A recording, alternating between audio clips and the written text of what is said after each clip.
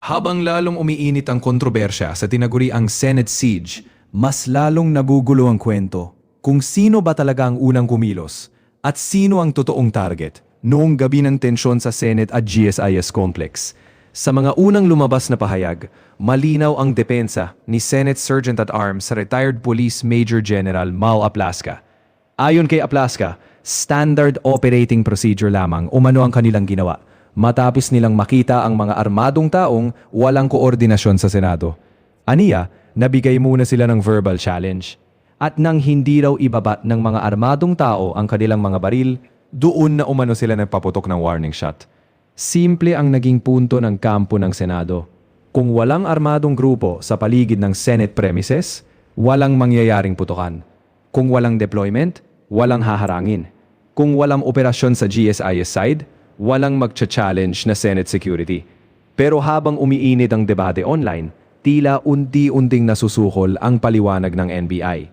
Lalo pa matapos sabihin mismo ni Pangulong Bongbong Marcos na wala umano siyang iniutos na pag-aresto kay Senator Ronald Bato de la Rosa at wala rin umano siyang direktibang magpunta roon ang NBI. Dito ngayon nagsimulang mabaliktad ang usapan.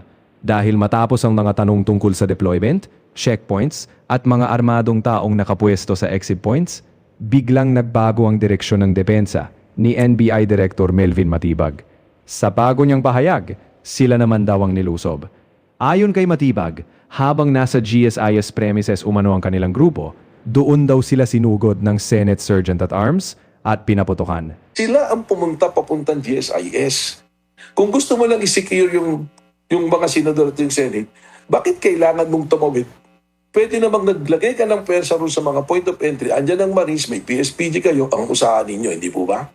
Sa madaling salita, mula sa unang usapin tungkol sa presensya ng NBI sa paligid ng Senado, biglang naging kwento na ngayon ng NBI na sila umano ang biktima ng paglusob. Pero dito lalo dumami ang tanong. Dahil sa mga naunang pahayag mismo ng NBI side, unang sinabi na wala umano silang deployment sa Senado. Kalaunan, lumabas ang liham mula sa GSIS na humihiling ng presensya ng NBI sa GSIS premises.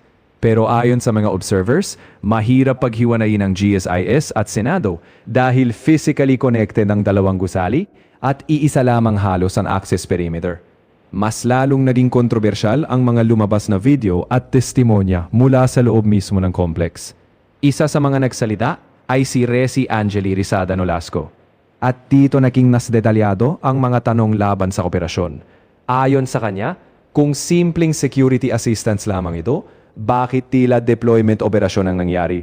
Binanggit niya ang mga salitang narinig umano mula sa ilang personel sa lugar. Akala dito tayo papasok? At hindi dito ang action scene. Para sa kanya, hindi raw ordinaryong building security ang dating ng mga bahayag na yon. Aniya, tila may prior operational knowledge tungkol sa galaw sa loob ng Senate GSIS complex. Kinwestiyon din niya kung bakit mas marami umanong armadong personel ang nakita sa mga video kumpara sa sinasabing 4 hanggang 6 lamang. May mga nakita raw na operatiba sa iba't ibang bahagi ng GSIS side, kabilang ang mga exit points at likurang bahagi ng complex. May ulat din umano tungkol sa checkpoints at inspeksyon ng mga sasakyang pumapasok at lumalabas sa lugar. At isa sa pinakamabigat na tanong, kung para lang daw sa seguridad ng GSIS ang deployment, bakit tila nakaabang ang mga personel sa mga posibleng daanan palabas ng Senado? Binanggit din niya ang timing ng liham mula sa GSIS. Ayon sa dokumento, natanggap umano ang request bandang alas 5:08 ng hapon. Pero ayon sa ilang videos at ulat, tila may deployment na umano bago pa man iyon. Kaya ang tanong ngayon ng mga observers, kung deployed na bago pa ang request, sino ang nag-authorize?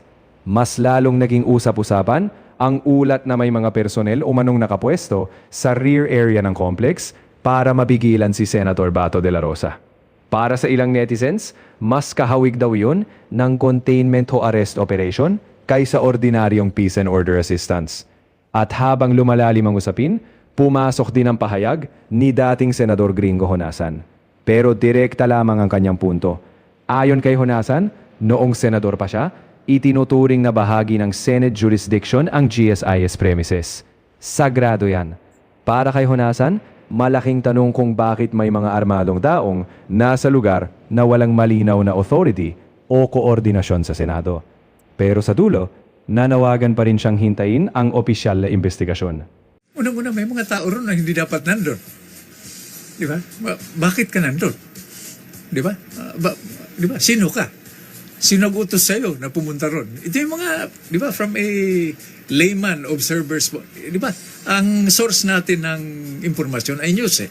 O, footages, video. Di ba? Series ito. So, hindi ito isang bakit lamang. Ha? Bakit? Bakit ka nandun? Sino ka? Ano ang authority mo? Sino nag-utos sa'yo? Ano ang dokumento magpapatunay na may karapatan kang nandun? Magkabila yan, ha? Yung premises ng GSIS is considered a premise, a property or a jurisdiction within the Senate. Sagrado yan. Di ba? Magkahiwalay. O parang, di ba? Para ka nagdala ng armadong grupo sa... Of course, may tama na naman sa akin yan. Eh. Ano ginagawa mo sa Malacanang? Ba't ka naka-full combat gear? And in my case, I have stood at the gates of Malacanang as defender and attacker. No? Without an invitation except from my conscience. Sa ngayon, ang pinakamalaking tanong ng publiko ay hindi na lamang kung sino ang nagpaputok, kundi ano ba talaga ang tunay na operasyon noong gabing iyon. Dahil habang tumatagal, mas maraming bersyon ang lumalabas. At habang nadardaga ng paliwanag, mas lalo namang lumalalim ang duda.